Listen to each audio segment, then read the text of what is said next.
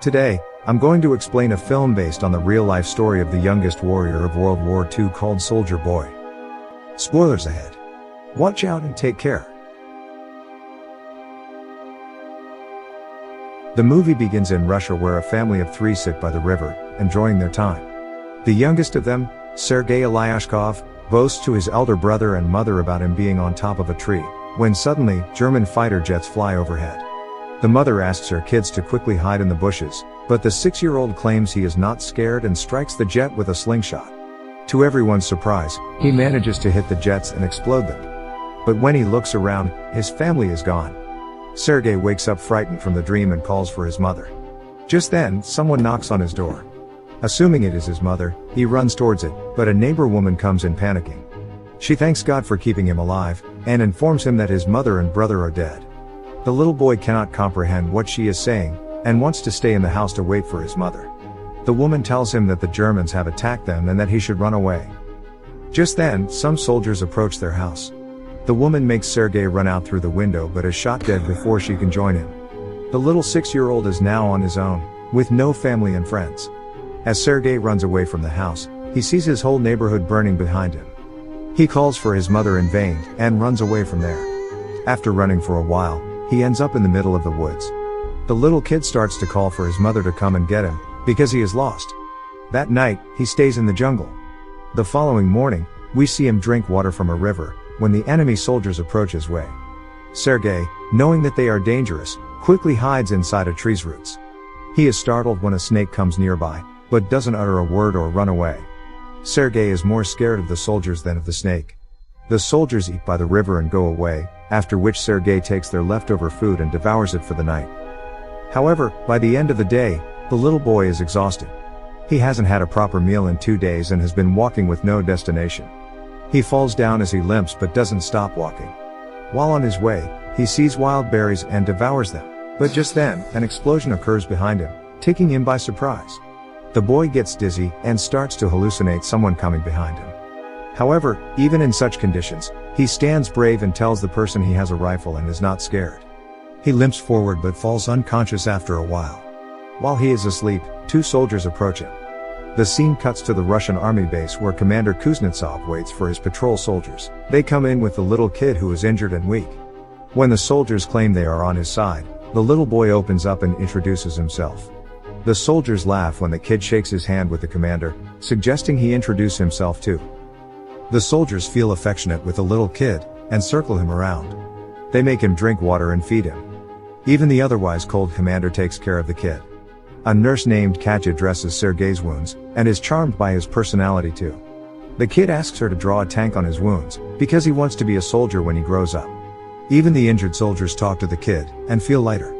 Sergei is fascinated with the commander's gun and his badge. The commander too answers all the little boy's questions, and lets him play with his honorary pistol after taking the bullets out. Sergei shows him the tank drawn on his stomach, and boasts about being a soldier himself. The boy is healing very quickly. The nurse Katya asks the commander to let the boy stay with the battalion, but he disagrees, claiming that it won't be safe. He wants to send Sergei to an orphanage. The soldiers spend all their free time with Sergei. He is visited by many throughout the day. They bring him food sent by their families from afar, and even let him play with their binoculars. One day, a soldier goes to the commander to ask him to let the boy stay with the battalion.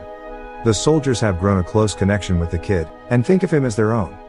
His presence takes the weight of war off their chest.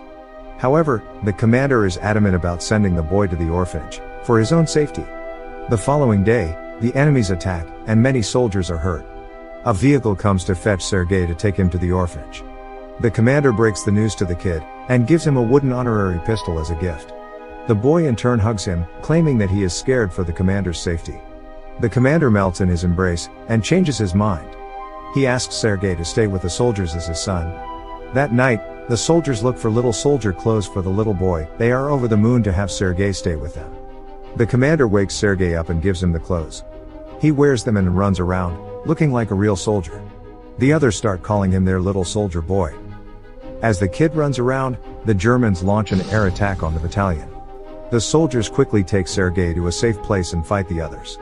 The number of injured soldiers grows rapidly. Sergei wants to make himself useful, so he brings water to thirsty soldiers.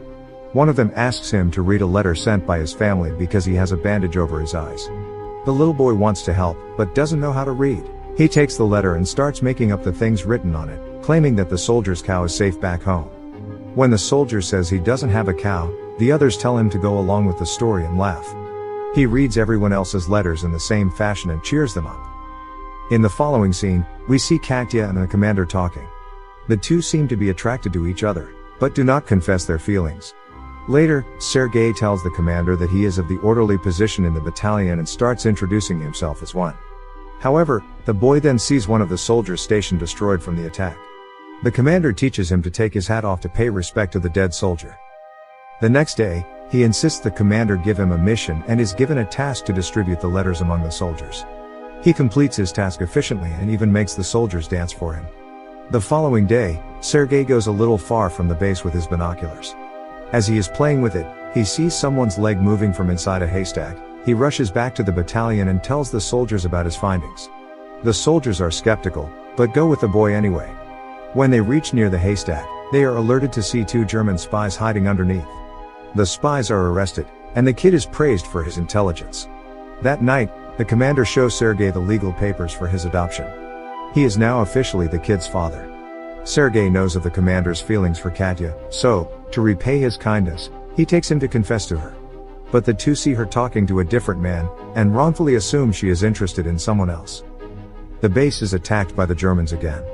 This time, Sergei helps the soldiers with all his might, by supplying ammunition to the soldiers in the front line, but the soldiers there command him to go back to the shed because it is too dangerous outside.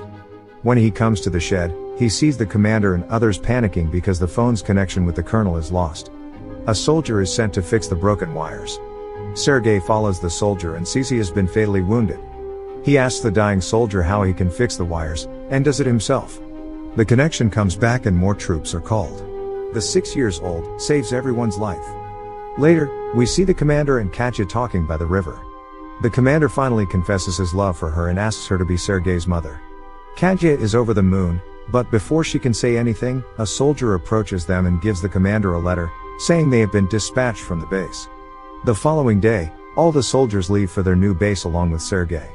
However, on their way, they come across a minefield that blows off some of their vehicles. The commander is hurt while the group's orderly, who Sergei was close with, dies in the explosion. He cries and hugs the commander. They carry the injured ones with them and continue their journey to their new base. When they finally reach the other base, they meet the commander's leader, the general. He too is impressed by the kid's ambition, and congratulates the commander for having such a smart kid. The following day, their division is awarded a guard's banner, and so is the boy. He promises to save his country when the general gives him his badge. One night, their base is attacked brutally, and the commander is trapped under the ruins.